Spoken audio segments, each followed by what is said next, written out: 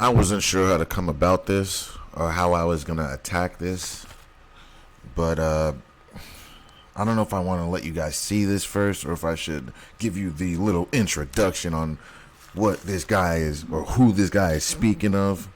I think I'm gonna do it this way. We're talking about a 6-time champ. We're talking about a 6-time Finals MVP. We're talking about a 5-time league MVP. We're talking about a 10-time scoring champ and also a 9-time All-NBA defensive team member.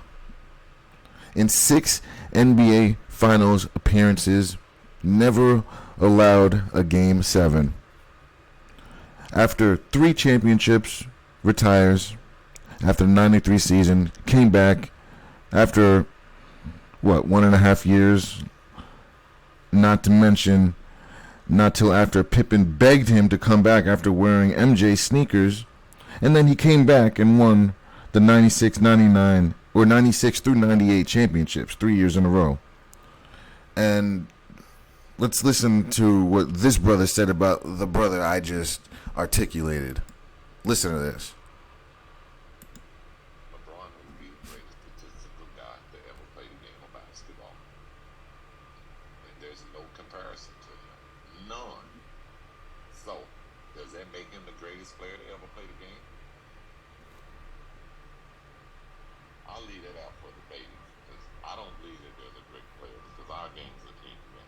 And one player can't do it. Like, I seen Michael Jordan play before I came to play with the Bulls. You guys seen him play. He's a horrible player. He was horrible to play with. He was all one-on-one. He's shooting bad shots. And Listen to this again. all one-on-one. Listen to this. You guys seen him play. He's a horrible player. He was horrible to play with. He was all one-on-one. He's shooting bad shots. And all of a sudden, we become a team and we start winning. Everybody forgot who he was. LeBron would be the greatest statistical guy. Everybody forgot who he was, right? Pippen, he was picked 5th overall in the 85 draft. Then he averaged 7 points his first year, 14 points his second year in the league. We all know he's a top 50 player of all time and a top defensive player and had 6 championships. But he was second fiddle for a reason. Because anyone with eyeballs can see that Michael Jordan was the better player. You even emulated his game. MJ averaged 29 points his rookie year to your 7 points your rookie year. And he had nameless teammates before Pippen. MJ was He was swept in the 86 and 87 series. But the funny thing is he scored 60 points in the elimination game he lost. And the great Larry Bird quoted him as saying he's God in gym shorts. That's who this man's talking about. He's talking about God in gym shorts. Let's take a look at MJ's teammates for the last which season was it? Well, hold on. This is the series I'm talking about where he got swept. I don't know why it's saying 3-0. Should say 4-0. But in that game 4, he dropped 60 to the champions. They lost to the Lakers that year. But the point is, he dropped 60 points with nameless teammates. Let me show you who he played with. Their coach was Kevin Locklear. All right, and they went 38 and 44 his first year. And as a rookie, 84 through 85. All right, these are his teammates. Orlando Wooldridge, Quentin Daly, Dave Corson, Dave Greenwood, Steve Johnson, a 34-year-old Caldwell Jones, Enos Waltley, Wes Matthews, Jawan Oldham, and Sidney Green. So what you should be thinking to yourself is, you don't know who these players are. I don't know who they are. I've only heard of Kevin Johnson. And I think I've heard of Caldwell Jones. That's about it. That's who he played with. So if you have those players in your MJ, of course you're going to be shooting bad shots. Of course you're going to be the one. You're the only bright light there. You're playing with no one. What is Pippen talking about? This was MJ's team. A bunch of nobodies. And aged guys. He averaged 29 as a rookie. The following year, he broke his foot and still averaged 22 points in 22 games. I think it was 22.7 or something. MJ's field goal percentage over the next 7 years with an average of 40%. This is what it is, guys. 37, 35, 32, 33, 31, 31, and 32% respectively for 7 years after that broken bum foot year. That's what we're talking about. That's who Scottie Pippen's talking about. That guy right there. Yeah, that guy. The NBA wouldn't be global without MJ. It wouldn't. There would be no dream team without him. Everyone wanted to see Michael Jordan, guys, like back then in the 80s and 90s. Like, I don't think you guys realize. He was bigger than Michael Jackson. This is who Scottie Pippen is calling a horrible basketball player, guys. Like, I have my differences with the NBA, guys. Like, I say it all the time and how, like, everything I say, guys. But one thing we can't say is Michael Jordan was not a horrible basketball player. I'm going to get into him being bitter about that in a moment. But one could see Scottie Pippen. Wait, hold on. Actually, I said that wrong. If Scottie Pippen's calling Michael Jordan horrible, what does that make him? What could you call him? Right? What would that make Scottie if Michael Jordan's horrible? But that would be disrespectful to Scottie, and he doesn't deserve that. Neither does Michael. But what he does deserve is to hear the truth. Right? And somebody needs to tell him. Number one, you sound foolish and stupid and someone who knows nothing about basketball. But we know that you're knowledgeable, and we know you know the game. So that's what makes this so egregious that you would come out and say something like that. So the only two things that come to mind when hearing this is envy and bitterness, like I said before. That's what I get out of that, guys. Honestly, you guys should too. You weren't Michael Jordan. You weren't. You knew it. We all knew it. When he left the game, you still had on his shoes. You had his emblem on the bottom of your shoes, bruh. You would have the cameras on you, clamoring, pointing at your shoe, begging him to come back. Yeah, that was you. You didn't have hate for him then, right? Not when you needed him. Was it MJ's fault in 94 when you played the Knicks in Game 3 and you refused to come into the game because the coach didn't draw up the shot for you? They drew it up for Tony Kukoc, who ended up making a shot. And I think it was your center, Bill Cartwright, was screaming at you, scalding you at the bench, right? On national TV, and then ultimately reduced to tears because you quit on your team, right? Was that Michael's fault? He wasn't even there. Was that his fault? Huh?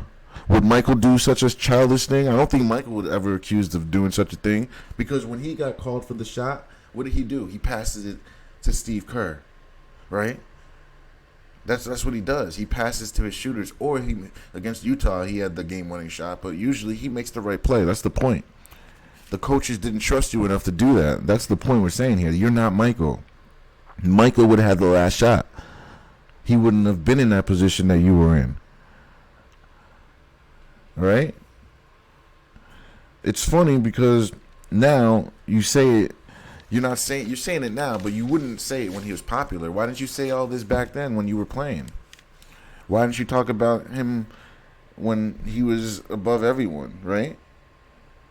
Now, I just don't get it.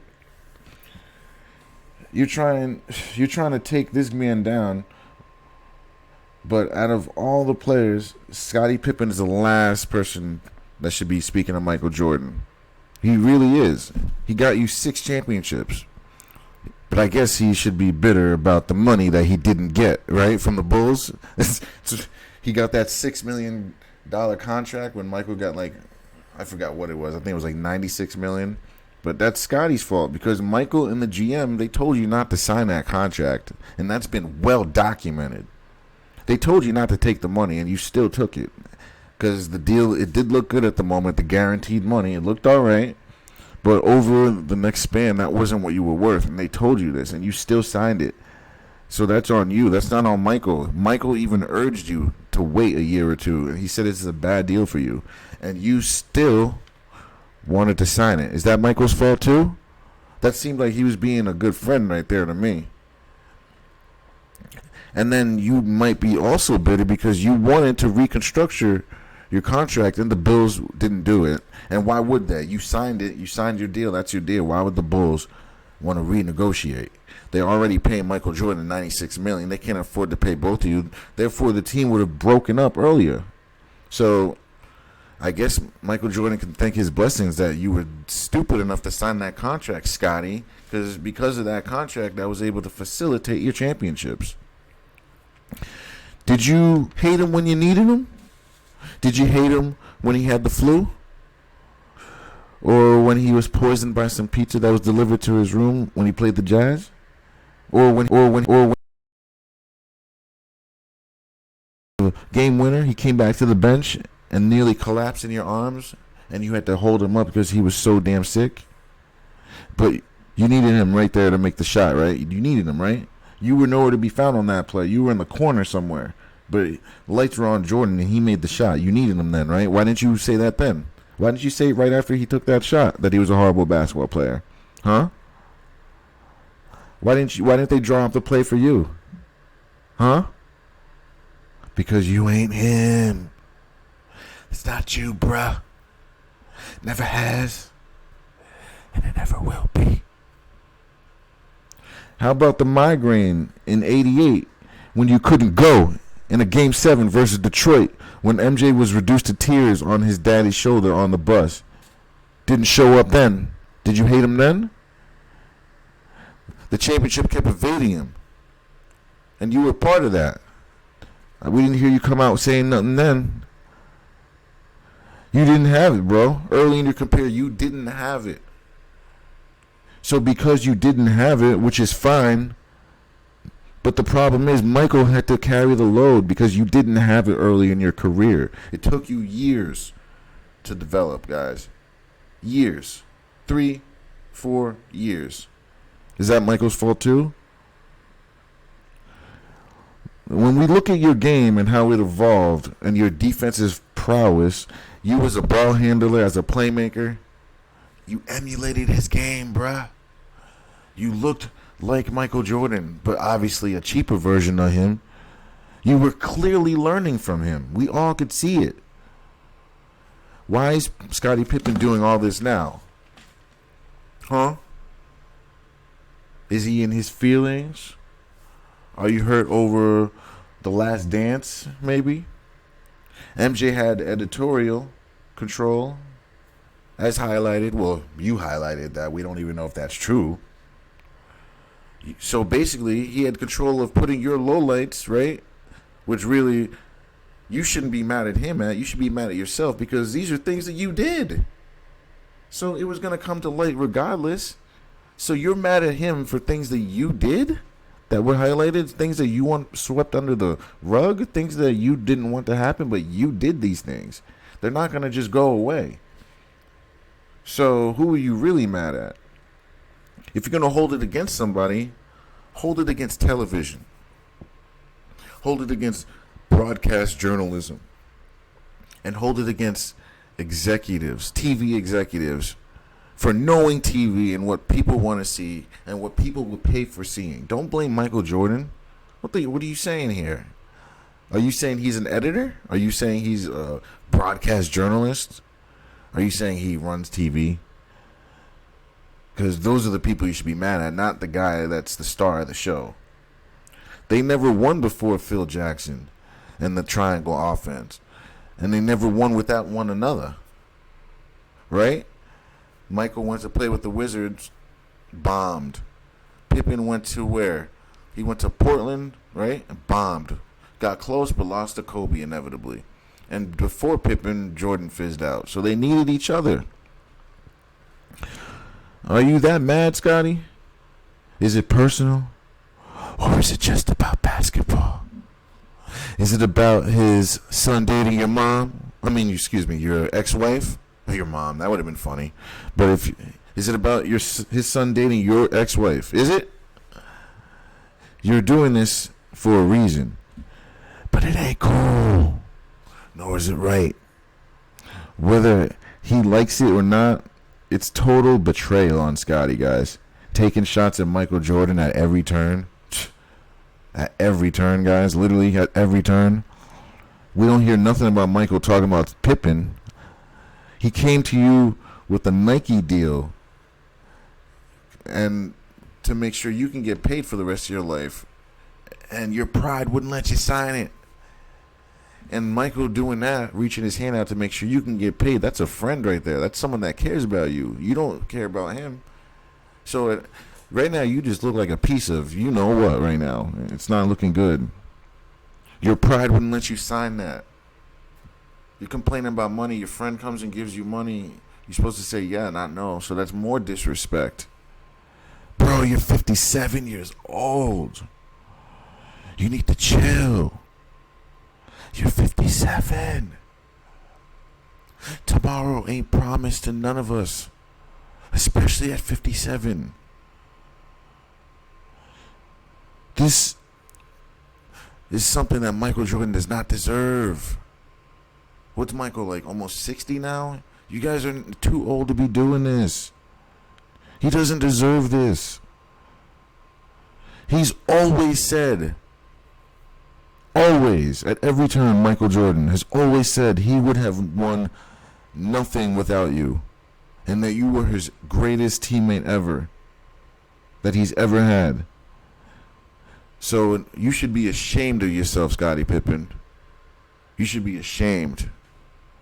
The man always praises you. And at every turn, you knock him down.